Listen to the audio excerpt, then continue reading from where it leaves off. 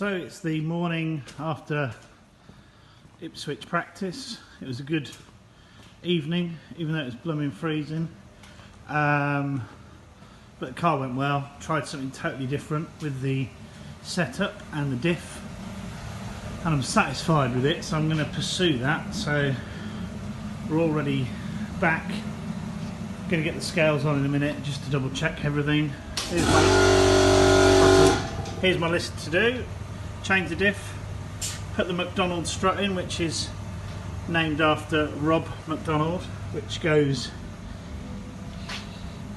in there, and it just helps when Rob comes up behind you and launches into that corner, gives you a bit of extra strength. Exhaust, I'm not going to get it done, that's a Simpson job. Got to reduce the caster because last night it was really hard to steer the car. It's simple to fix.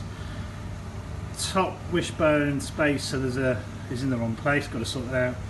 Do the setup again and sort the radiator mesh out. So that's my to-do list. Not too bad. That's my dog Bella.